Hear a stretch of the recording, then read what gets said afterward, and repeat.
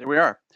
All right, welcome everybody. It is Wednesday, January 26th. It's already the end of January, which is phenomenal to me. I just don't know where the time goes. But it's really awesome because the days are starting to get longer.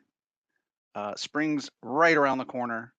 But before we get to spring, we've still got some time to get out there and chase some squirrels. So today we are talking about winter squirrel hunting, and I will be walking us through that. And if there's any questions, um, please make sure you put them in the chat that is to the right side of your screen. As we go forward, there's going to be some links and other information that we're going to be putting in. We've got our crack squad behind the scenes, pulling levers and pushing buttons. And so they're going to be putting some useful links in the chat as we move forward. And then if you need closed captioning, please click on the multimedia arrow that is also at the bottom right of your screen.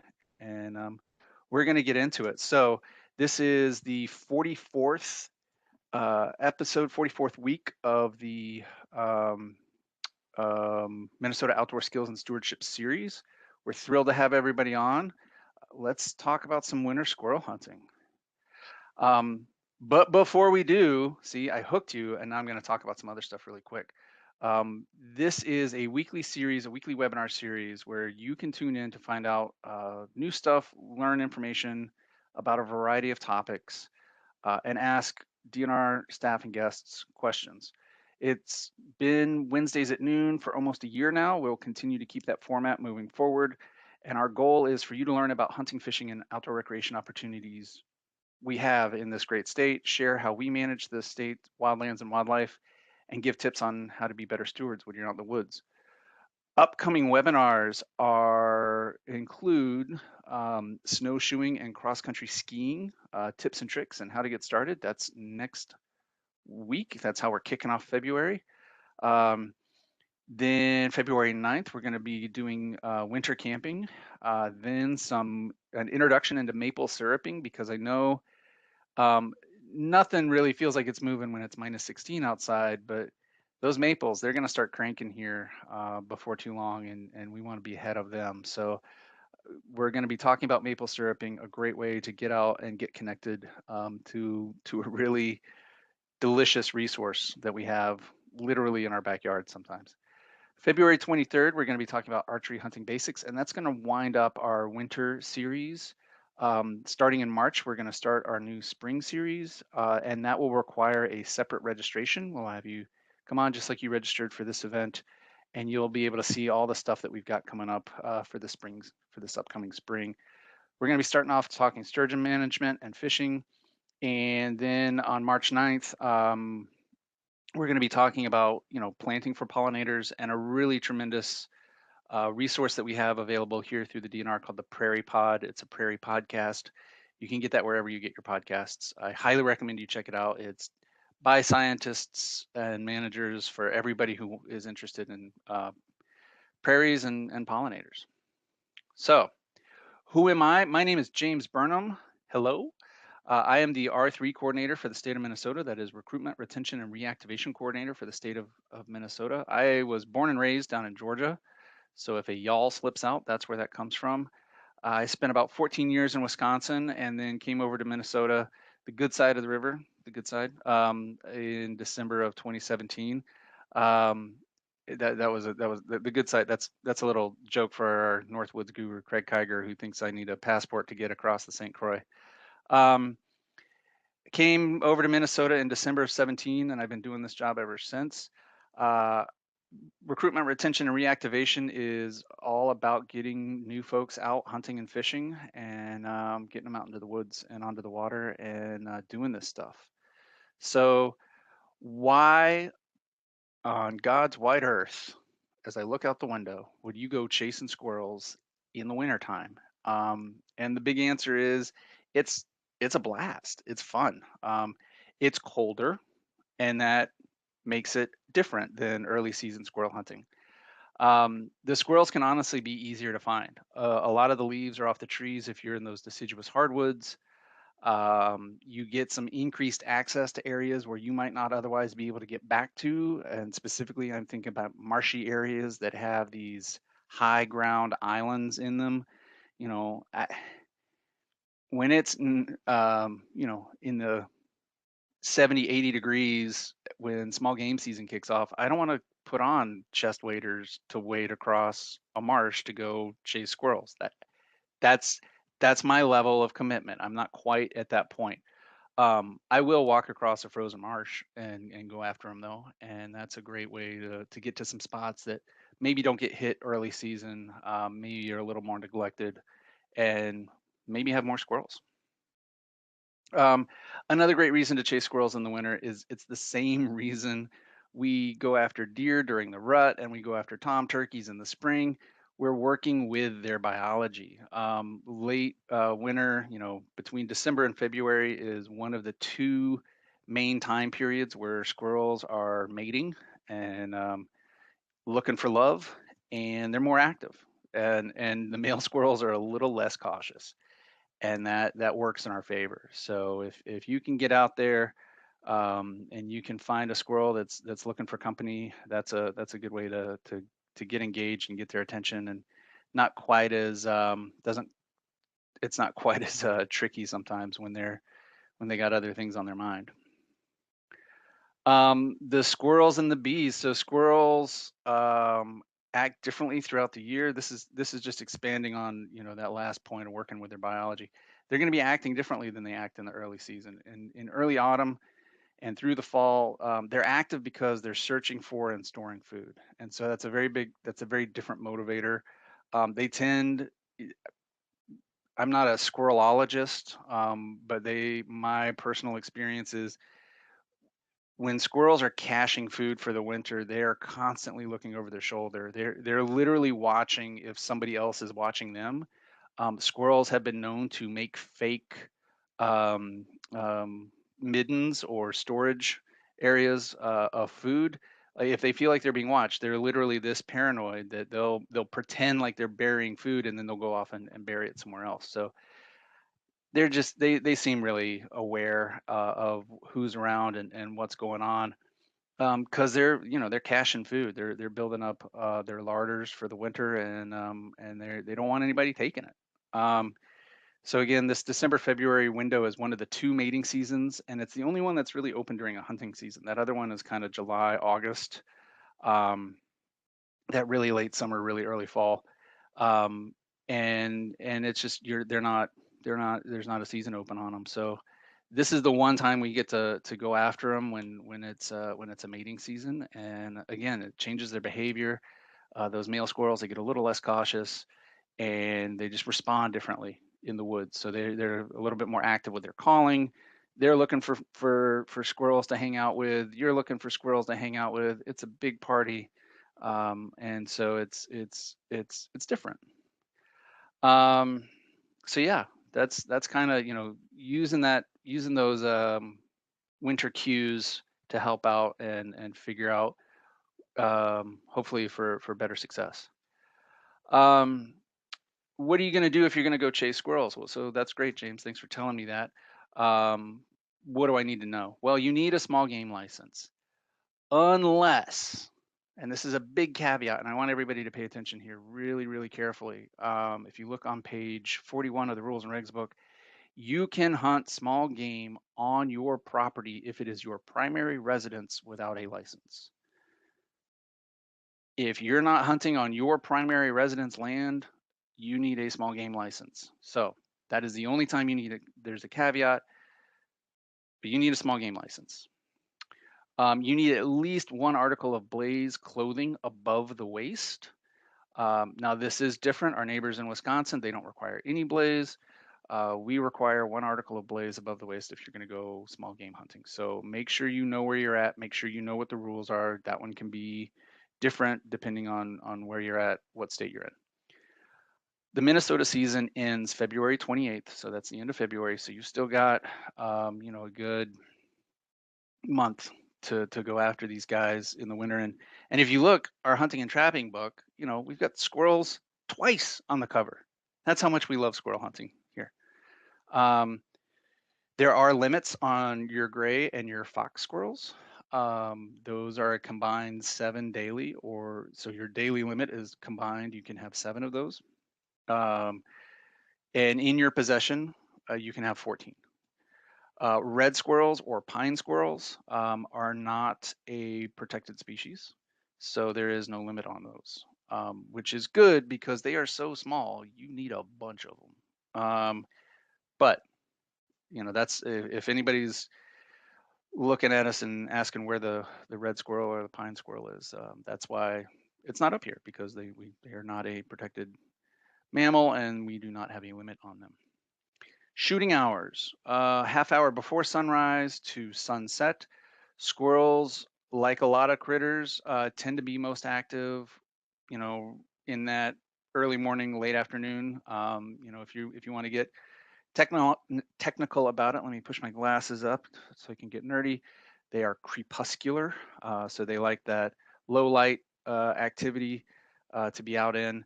But anybody who's sat on a deer stand all day knows dang well that those things will be rooting around the whole day. So you get a squirrel that's trying to get some food stashed for the winter, and they are going to be busy as a beaver. Now I'm just mixing animal metaphors and it just feels weird, but they're going to be busy and they're going to be moving around. They're going to be rooting around in the leaves and getting stuff done. So that's a general rule, but for the most part, they're active mostly right around sunrise and right around sunset. So the early bird gets the squirrel. Tactics. I am going to talk really quickly about a couple of tactics that I use when I'm out squirrel hunting. I am not a professional squirrel hunter. I don't pay the bills selling the pelts on the market. So, there are probably folks who are super experienced that have different tactics and different strategies. These are a couple that have worked well for me in the past, and they're a good place to start. Uh, I really like kind of doing this relaxed running and gunning, and I borrow that term from turkey hunting, where you kind of walk at a leisurely pace. It's not really, you don't run. Nobody wants to run in the snow with stuff. Um, you kind of walk around and you find a good patch of woods. You find some spots that, hey, these woods look squirrelsy, and you just kind of hunker down, find a tree to lean against. You do some calling, and you wait a little bit, and you see if anybody's responding. Listen, be still. You don't have to be stone still like you're turkey hunting, but just kind of chill out. Don't make a ruckus, and see if anybody responds to the calls. Squirrels have territories. They get territorial. If there's a new squirrel in there barking in their area, they're going to want to find out who it is. Um, and again, if you've sat on the deer stand, you've seen squirrels chasing each other left, right, and center, because they want whatever the resource is. They want an interloper to get chased out. So they will they will put up a fight. And I've had pine squirrels are feisty. I've had pine squirrels basically bluff charge me in a branch because I was in their spot and making calls, and I outweigh a pine squirrel by a significant amount. So they're they can get a bee in their bonnet and get feisty about who's calling. Um, and if nobody's around, if nothing's happening, get up and leisurely stroll, mosey, if you will, to a new spot and repeat the process. This is a really good tactic for if you're by yourself. It's really good. It's also really good if you're party hunting. As a group, you guys can like kind of walk out. Somebody can park themselves, and if you've got a couple of callers, if one squirrel's good, two squirrels can sometimes be better. I wouldn't overwhelm it. I wouldn't go with like 6 squirrels calling at the same time, because that could be a little intimidating if you're trying to coax out somebody from their territory. Nobody wants an angry mob outside their front door. They want like 1 squirrel or 2 squirrels that they can, poke their head out and see what's going on. So it's really a good way to go party hunting. You can, hang out, you can talk while you're walking. It's relaxed. It's a good way to spend some time with some folks in the woods. The other tactic that I've used in the past is rushing a squirrel. Now this is I've been most successful with this when you would know, it's me and one other person. And it's somebody that I trust, because there's an element of risk here. But squirrels are great at geometry. They are terrible at math. So when you see a squirrel, if a squirrel's on the ground, run at it. It's going to get to a tree, and it's going to put that tree between it and you. So as you get to that tree, it's going to be climbing up the backside of that tree. As you move around that tree, it's going to move around that tree too. So if you come running up, and if this is you and this is the squirrel, you come running up, the squirrel's on the backside of the tree. As you go around that tree, the squirrel's going to be coming around the other side. Well, if you've got somebody you trust, once you get to that backside of the tree, if you've got somebody posted up, 20 yards away from you, they now have an open shot at that squirrel. Now, when I have done this, I've been doing this again with somebody that I trust. I trust they are safe. I trust that they know what they're doing. We've also been doing it with, in very good communication with each other. So, and I wait, and they wait until I'm completely behind the tree and I'm shielded from them. But it is a tactic that works. It can be frustrating when you're out there by yourself, because again, that squirrel's going to put that tree between the threat and it. So just a couple of ways that you could think about doing this when you're out there, depending on how many folks you're out with. Okay, that's great, James. I know why I want to go out there. I know what I need to do to go out there. I know a couple of tactics that I'm going to use while I'm out there. Where is there? Where am I going? Well, let's find you a spot. Get online. Y'all are all online right now. You've got computers. So that check. So let's find some spots that have hardwoods. I focus on hardwoods. There are squirrels in the piney Northwoods. Our Northwoods guru Craig Kiger sees them all the time. But most of my hunting experience is in hardwood areas, and so I'm telling you how I know how to get to them. So I focus on hardwoods. These are trees that lose their leaves in the fall, deciduous trees. I look for areas that would otherwise be inaccessible. So like I said earlier, I specifically look at some marshy areas that have high area islands in them, and and maybe aren't quite so accessible in the early season. How do I find these spots? I use our DNR Recreation Compass. Benji just put a link to that in the chat.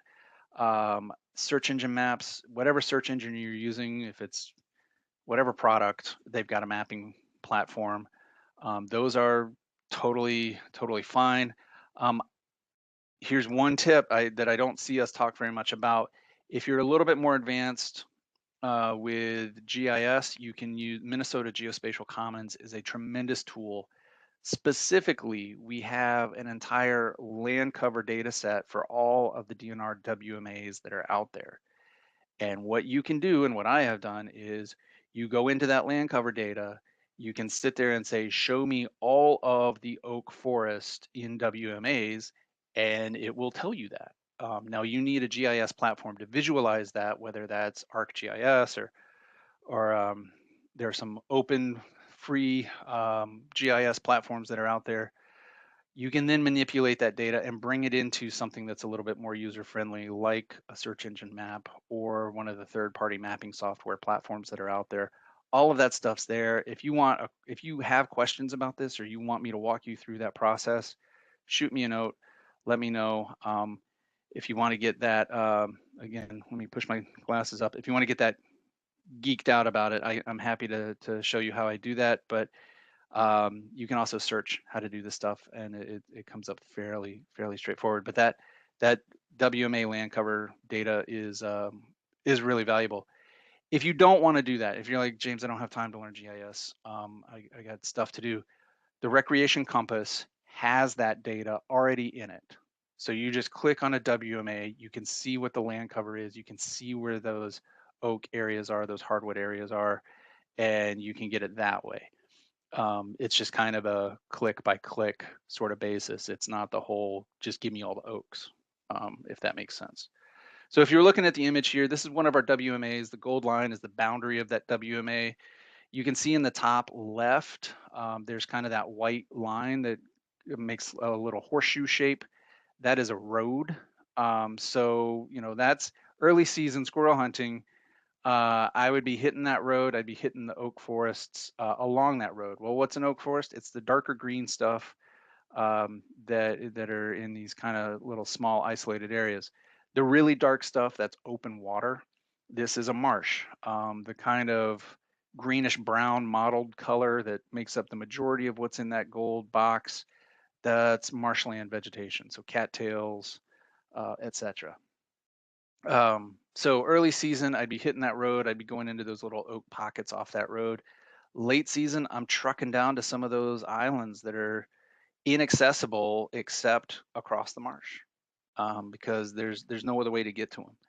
And when the marsh freezes, it's a great way to get back there. Now, keep in mind, we've done a couple of presentations on fishing, hard water fishing, on ice safety. Ice is never 100% safe. Marshes can be a little squirrely. You see what I did there? Squirrely. Marshes can be a little treacherous because they sometimes have underground springs or other sources of groundwater coming out into them. So always be careful. Always make sure you're aware of ice thickness. But the nice thing is that with most marshes, especially in a marsh like this where you've got a lot of emergent vegetation, it's not the same. The odds of you going in over your head are pretty slim unless you're in one of those open water pools that maybe isn't quite solidly frozen. So um, I usually feel more comfortable in a frozen marsh because when I have gone through, it's been my ankle or up to my knee. But always be aware of ice safety. Always be aware that it's never 100% safe. So just take your time. Okay, so that's how we're finding spots. We're finding these areas that may not be accessible otherwise. We're using these tools that we talked about. And we are gonna, once we're out there, what are we looking for? Well, I look for mast producing hardwoods, and mast is nuts, acorns, hard mast, food for the squirrels. Oaks, hickories. When I'm out in the woods, I'm looking for leftover piles of shells or pine cones. Squirrels, if you watch them in your backyard, they'll get a mouthful of food and they'll park themselves in a spot. My backyard table is there's one stool out of 4 around that table that the squirrels have decided that that's their lunch counter. I don't know why that one is preferable, but that's their spot. They will pick a spot and they will just chow down on whatever it is they're going after. And that leaves piles. It leaves piles of hickory husks. It leaves acorn caps. It leaves a lot of shredded pine cones in a pile. And there's not really too much else out there that's doing that. So if you're seeing piles of this stuff, you're in a squirrely spot. Look for nests in trees. Those are these big leaf collections that you can see here in the top right. Look for tracks in snow. Now, I have gotten into some pretty heated arguments about whether it's a squirrel track or a rabbit track, um, because when they're in snow, snow does weird things to tracks. When the sun comes out, it melts a little bit. The tracks get deformed. It can be a little hard to tell. Look for the squareness of the overall print. So if you look in that bottom right, the back foot of the squirrel is bigger than the front foot. And when they're bounding through the woods, You know, their back feet are hitting first. Their front feet are hitting first, and then they're bringing their back feet up to plant.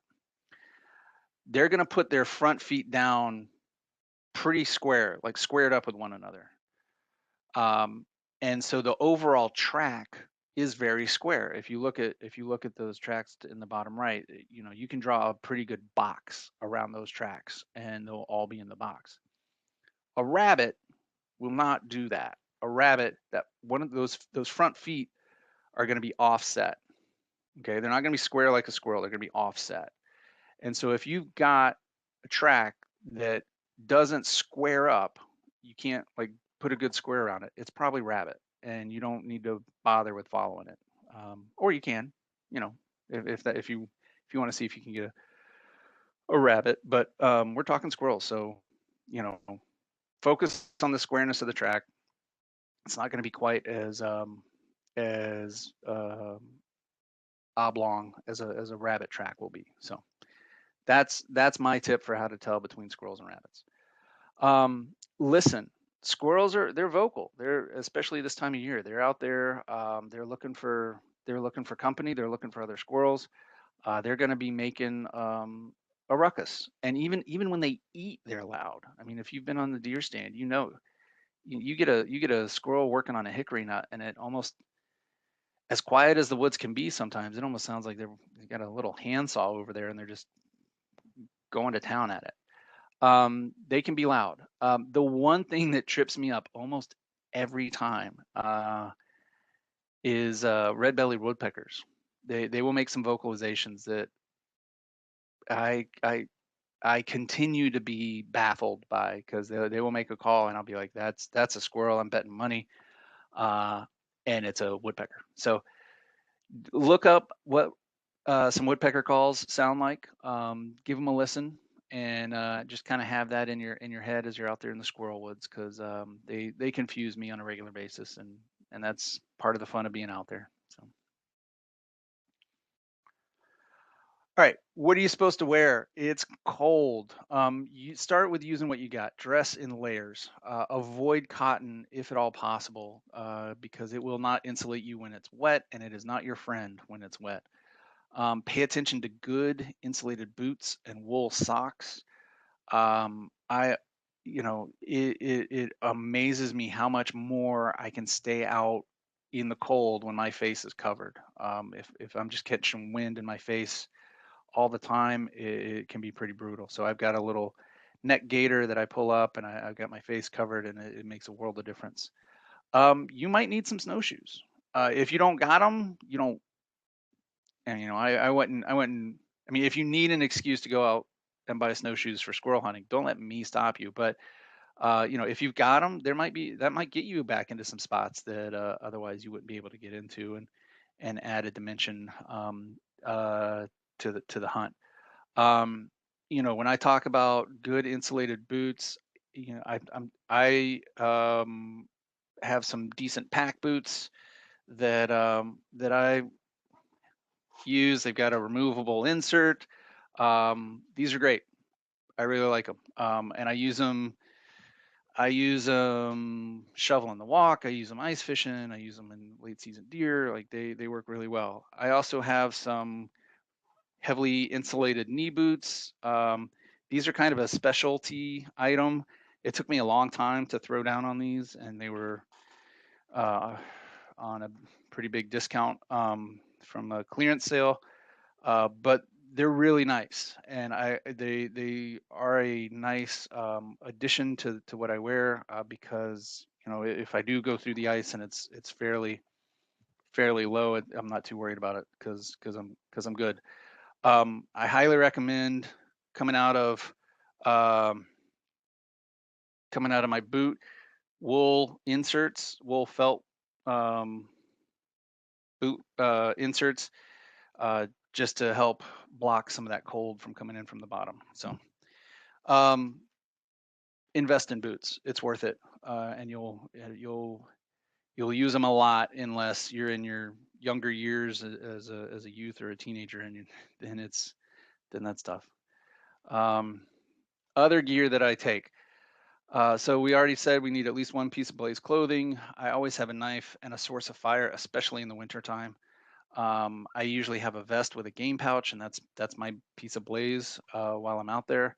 I use that when I'm pheasant hunting. Use it when I'm grouse hunting. So it's not a new piece of equipment. I've got some plastic bags to put stuff in when I get squirrels. Something to sit on. I've got a little foam pad that I take along if I'm going to camp out under a tree. Squirrel calls help, and you can throw down some money on a store-bought squirrel call. You can literally spend 50 cents on 2 quarters for a squirrel call, or you can use your mouth. And so I've got, this is what a store-bought squirrel call looks like. It's got this little accordion, and what I'll do is I'll just hold it between my fingers and I'll tap it on my leg. When I get to a spot, I'll just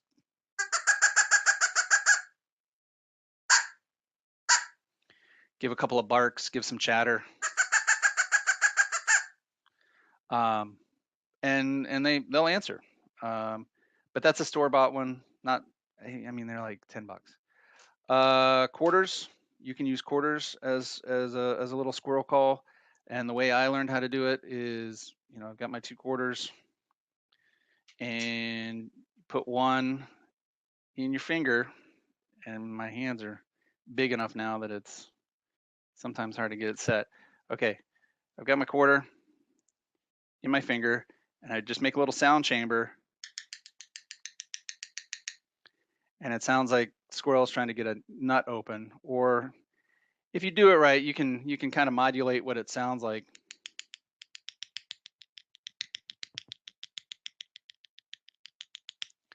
You can get a little bit of chatter out of it, but that folks folks uh, folks claim it works. I'm going to be honest, I've never actually successfully called in a squirrel with 2 quarters, but I always have 2 quarters in my back pocket or in my front pocket just in case I need it.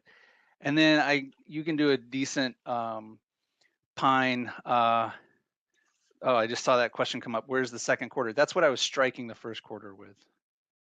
So let me get my first quarter back in there again. So I got my first quarter curled up in my hand, my index finger. I got my second quarter. So 50-cent squirrel call. And then I can do a decent pine squirrel imitation. And it's just me sucking on my lip. And I have called pine squirrels in that way. So $10, 50 cents free. That's the amount of investment you need for a squirrel call. You probably already have all this other gear. Firearms. What kind of firearms do you use? You could use an air rifle, and we have a talk. Benji Cohn and our good friend Emu talked about using air rifles last fall for early season small game. Great talk. I highly recommend y'all check it out. You could use a rimfire or a shotgun, a rimfire rifle. Use what you have. Again, if you need this as an excuse to go out and throw down on a new rimfire 22, by all means, please. But I would rather y'all get out there with whatever you got at hand. And so each of these has trade-offs. Your air rifle, it's really great. They're lightweight. They're very quiet. And they'll put squirrels on the ground, but they can be fairly range limited. Your shotgun is, you really don't need to aim all that much, but you get pellets in the meat. And then your rimfire is, you've got to get a pretty decent shot on them, just like with the air rifle. Whatever you're using, practice to get proficient. Most of the time when we're talking kill zones with squirrels, we're talking headshots because it leaves the rest of the carcass for meat. And depending on if you're talking a big old fat fox squirrel to a medium-sized gray squirrel to a small pine squirrel, that's a quarter. So fox squirrel would be about a quarter-sized target.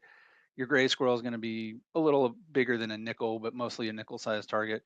And then your pine squirrels are going to be a dime-sized target. So, that's not a big target at 50 yards. So, practice, get proficient, find out where your range is on those target sizes, and know it, and just say, hey, I'm not going to shoot at a squirrel 50 yards away. I got to keep it within 25, 30. Um, a big thing with squirrel hunting is one of the major four commandments of firearm safety, and that's know your target and what's behind it. I don't have a preference on caliber with this stuff. You can use a 17 caliber air rifle. You got 17 HMR, Hornady Magnum rimfire, 22 long, 22 mag. I use a 22 long because that's what I got. Or I've used my 16 gauge shotgun as well. Um, know where that projectile is going to go. When you're out there squirrel hunting, you can get lost in chasing them around and just shooting up into the trees. But especially if you're using rimfire rifles, have an idea if you miss that squirrel, which is common. Where is that projectile going? Is that just have you just lobbed it up and over into the next property? Um, just know what your target is and know what's beyond it, because that's how people get hurt when they don't know what their target is or what's beyond it. So just please be aware of that. Please be conscious of it. I am very conservative in my shots. If I don't think it's going to drop the squirrel, I don't take it. Um, so just be aware, and please be careful when you're out there doing this stuff. Considerations while you're hunting. Late season hunts should be less crowded. So the big game seasons are, deer's closed. The turkey woods are quiet for another couple months. So it really should only be small game hunters that are out there. Um, and that's good. But if you do come across someone and they're out there, just leave. None of this stuff is worth getting heated about. I've never had somebody get heated with me on public land. It's just kind of a, hey, I'm over here, and acknowledge them and go somewhere else. The woods are big enough. There's enough woods out there for all of us to be out there um, squirrel hunting. Uh, Please leave the woods better than you found them. Pick up your trash. Don't leave wrappers lying around. Don't. Yeah, I try to police my shells as much as I can, my empty shells. If you see other people's trash out there, pick it up. It's not uncommon for me to come back with my game bag full of old beer cans or plastic bottles. And it's a great, I feel good about it. I feel good bringing trash out of the woods because, I don't want to see it. I don't want the next person to see it. So please just um, pick up. So what do you do when you get one? Well, you skin them, and this is usually easier when they're warm. And you can look this up. There's some great resources that are out there. They're pretty easy to find. But if you just kind of, unfortunately, I don't have a squirrel here to demonstrate on. It's really quick. You can skin a squirrel in less than a minute. You basically just cut up through the base of the tail, make sure you free it from the spine. You kind of, so you're holding the tail, you kind of cut up through the tail, you cut down along the legs a little bit. And then if you just put the tail on the ground and stand on it with the heel of your boot and just slowly and gently pull on the hind legs, the whole thing will skin out and it just comes right off. And then you've got a little bit of hair on the hind legs, and that just peels right off too. Squirrel hide is a little tougher than rabbit hide. Rabbit hide tears easier in my experience. So they skin pretty easy when they're warm. Be careful with the hindquarters. That's where most of your meat is on a squirrel. Yeah, so there's nothing that you're not going to hurt them. I'm just telling you that you don't get don't get sloppy with them, because if you throw away a squirrel shoulder, I mean, nobody's making. It's going to take a lot of squirrel shoulder to make some pulled pork sandwiches, pulled squirrel sandwiches. But those squirrel hams on the back end, those are there's some decent meat on them, and especially if you get a big gray or a big fox squirrel, it's sizable. Squirrel tails are great for fishing lures. If you know somebody who ties their own flies, we had a fly tying webinar here not too long ago. Fly tyers use them all the time, and there are even companies that buy them if you get enough. So They'll either give you cash money, usually a quarter or somewhere in that range, or they'll give you store credit, and that's, get you some new lures. Recipes. I'm gonna get to this, so hopefully we can get to some questions. If you get a limit, or you get a decent haul of squirrel, there's nothing that I like better than chicken fried with gravy. Hands down, I have yet to find a gravy that I like better than squirrel gravy. I haven't found it. If I do find it, I will tell people about it. But in my personal experience, squirrel gravy is the best gravy that I know to exist on the planet. I will put money on. This is my hill. I will die on it. I like squirrel gravy better than any other gravy that's out there. So my preferred method is I will literally just deep fry them like fried chicken, and make gravy out of the oil or the drippings, and be pretty happy. I've also made buffalo squirrel wings out of the hindquarters, which also involves frying them and tossing them in buffalo sauce, and they're great. Grilled squirrel kebabs is also a very yummy thing to do. I use a butter baste while they're grilling, because they can be pretty lean. Um, uh, while, while, uh, while they're on the grill, you're losing all that grease that comes out of them.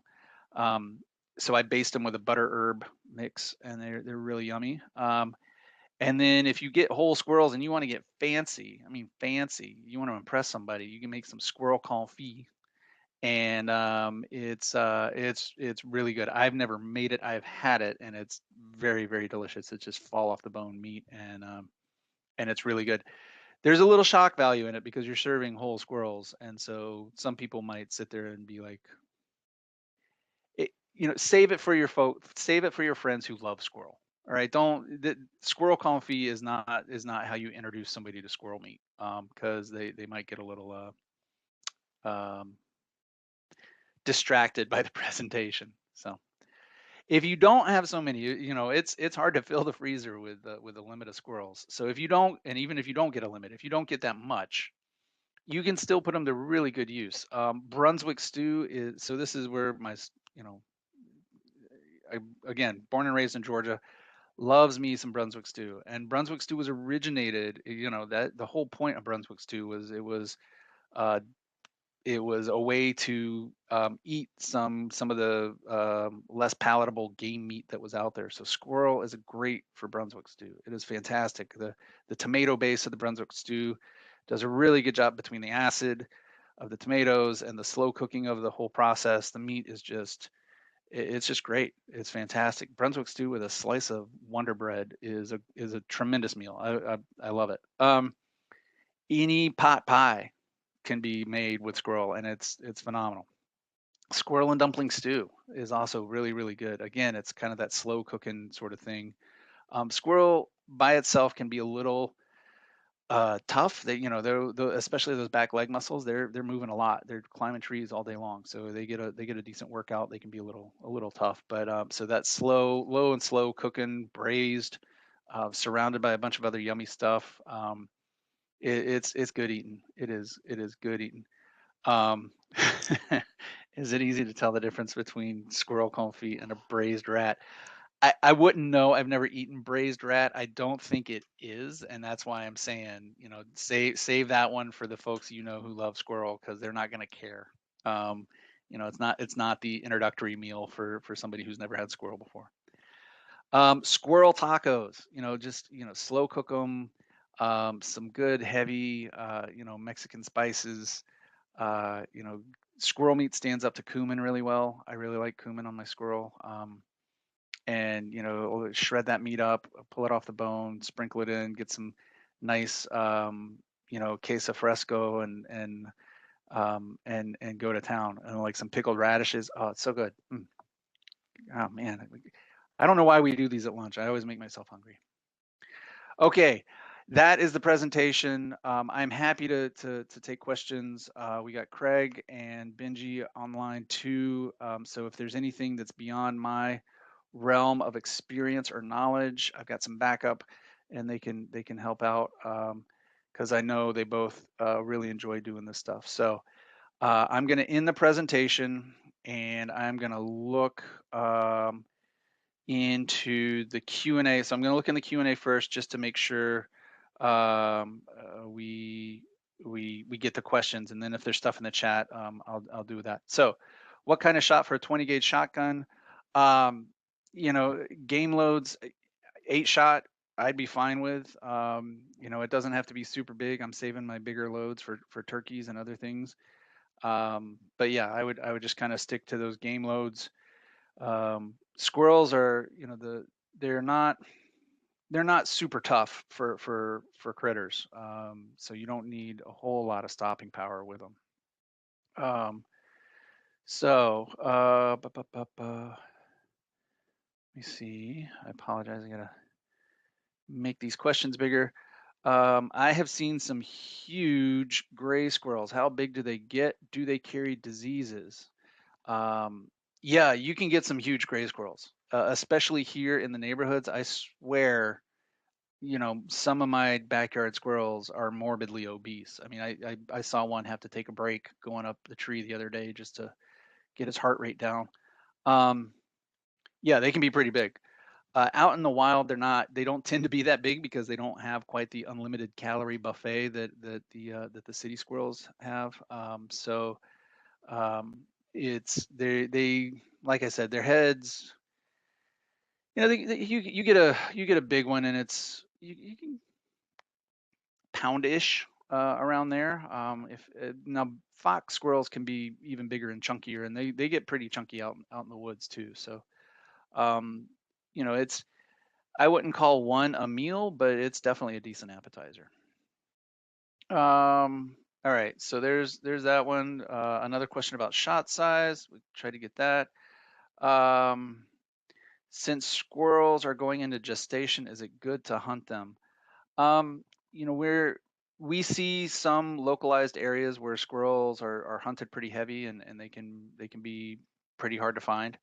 But at the population level, squirrels are doing pretty good. So um, I don't think we're doing a tremendous amount of impact to the population. Now, like I said, there's some localized areas where when somebody gets the word, there's some pretty dedicated squirrel hunters here in Minnesota, and when they find out that there's a good patch of woods, they'll go in there and hit it pretty hard. So you might find some woods that are fairly quiet of squirrels, but overall the squirrel population's doing okay. Can I use an air rifle to hunt squirrel in the boundary waters? Chelsea, that's a good question. I don't know the answer to that. If Craig or Benji know the answer to that, honestly, I would probably direct you to the Boundary Waters um, website and see what they have to say about it. Benji, do you know? Yeah, I just looked up. You can hunt in the boundary waters. Obviously, you have to have a permit to go into the boundary waters and your small game license. So that is allowed in the boundary waters, but squirrels won't be a problem. The problem with hunting in the boundary waters is getting the meat out, but something as small as a squirrel, Yeah, snack size. yeah, exactly, exactly. Awesome. Well, thank you for following up on that. Worry about any diseases that squirrels may have when consuming squirrel meat. I don't. I am not aware of any that I have heard of firsthand.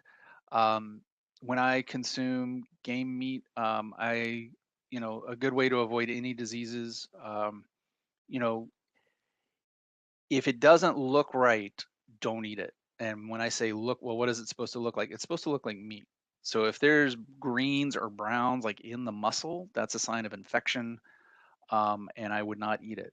Um, I don't usually eat liver on my game meat just because it's a filtering organ, and that's where the toxins get taken out of the body. So I avoid it. But heart I'll eat, and the rest of the meat. So there are things you can look for in the liver if it's covered in cysts. That's pretty standard across any game animal.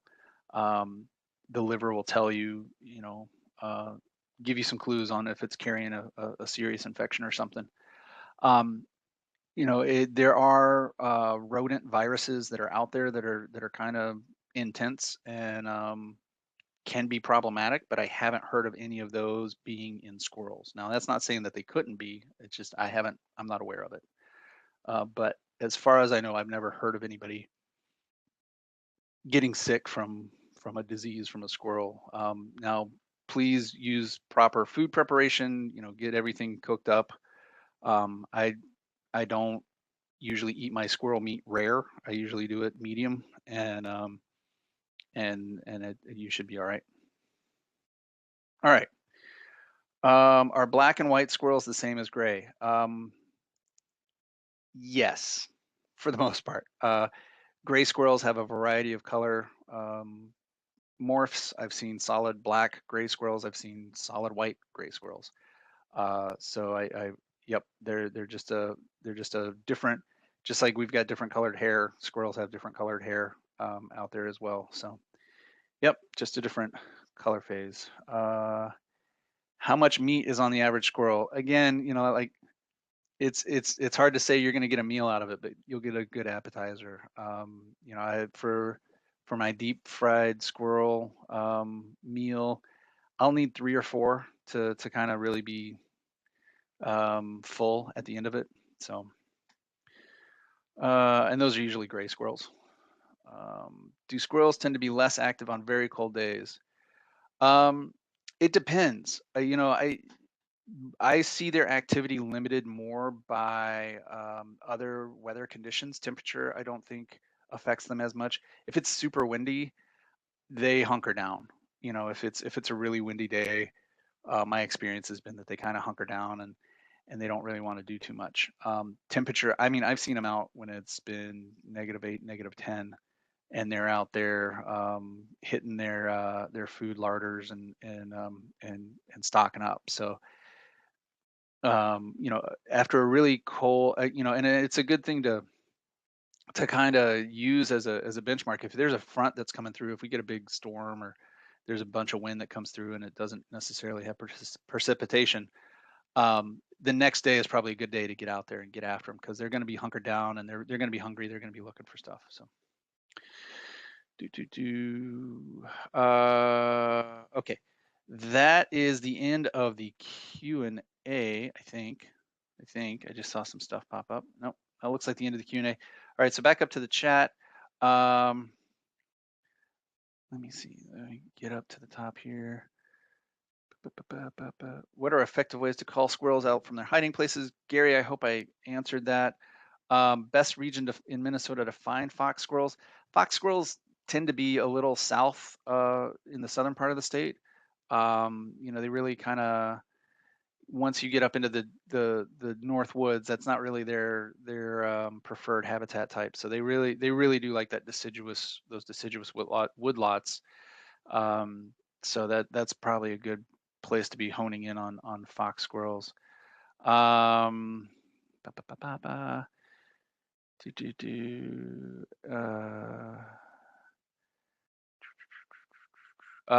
Yes, so this recording is going to be available on our website. Matt, do you know if Wisconsin also has the private property hunting allowance? I don't off the top of my head. There are some really great programs in Wisconsin that have hunting available for on private property.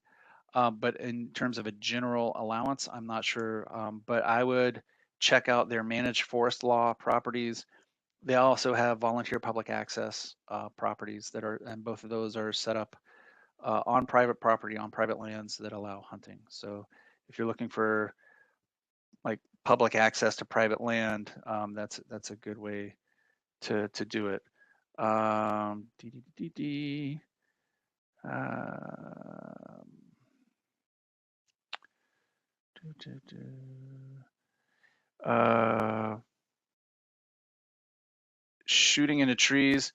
Um, yeah, Brian, you're really right. It is really hard to and or impossible to know where that rifle bullet will land. People still take those shots, and that's why I'm saying please be very aware of what you're doing. Be very aware of what's out there. The only time I really do it is on private land where I have a much better idea of knowing who's out there and what's going on. So, like I said, all please, please, please be aware of what you're looking at and what's behind it, and not just immediately behind it, but like way behind it. Um, is it legal to shoot a squirrel while in the nest? You see one go in the nest and you see them in the nest and get a clean shot. Is that allowed? Is it allowed? Yes. Is it an ethical shot? Maybe. I would. My biggest worry would be, it's there's something to be said. There's an ethos out there that's like, well, they're in their house. They made it to their safe spot. I would be more, and that's a personal call. I would be more worried about once you shoot them, how are they going to come out of that nest? All right, did you just shoot them and they're stuck up there, or is it a clean? Like you might have a clean shot, but are they going to fall directly down? And so that would be my biggest concern. I really like them much more when they're out on a limb, and I know they're going to fall off of that limb and drop straight down. So that would be my biggest concern. Um, yep, the black squirrels are just a color phase of the gray ones. Do red squirrels chew wiring like in cars if they are sitting, or house wiring? I imagine they would chew through wiring if it was in their way to get where they thought they wanted to go. So I imagine they would do that. I don't think they seek it out, but they'll chew through anything if they want to get into it. How are mounted squirrels secured? You can shoot or trap squirrels. Either of those are done, but both of those are allowed. Is it harder to find squirrels in the WMAs closest to the cities? It depends on the WMA. In my experience, I have been in a couple of WMAs, and it's just been squirrel, squirrel, squirrel. Again, it is inevitably when I'm trying to deer hunt, right? Like the squirrels have the calendar and they see it's opening weekend and they're like, we're out. Um, and then when I'm out there squirrel hunting, they're they're hunkered down and want nothing to do with it. So it depends on the WMA. It depend, squirrel populations can fluctuate rapidly. Like I said, there's two main breeding seasons, so it may be a pretty quiet WMA, and after a couple of years, it's just swimming in squirrels again. So it just all depends. Let me see.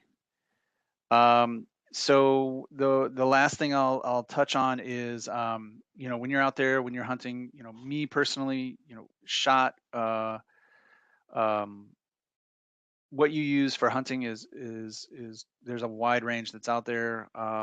Hypothetically, what you can find is we're seeing more stuff hit the shelves. I hunt with non-toxic ammunition. I hunt with non-toxic 22 ammunition, and there's one company that makes a reliable source for it. They basically take copper powder and they glue it into with a polymer, and they make a hollow point bullet out of it, and it will drop squirrels. I don't have any problems with the performance of it. If I'm hunting with my shotgun, I'll have, because it's an old 16 gauge, I use bismuth in that, so that's also non-toxic. I don't hunt with lead. That's my personal decision. That's my personal choice.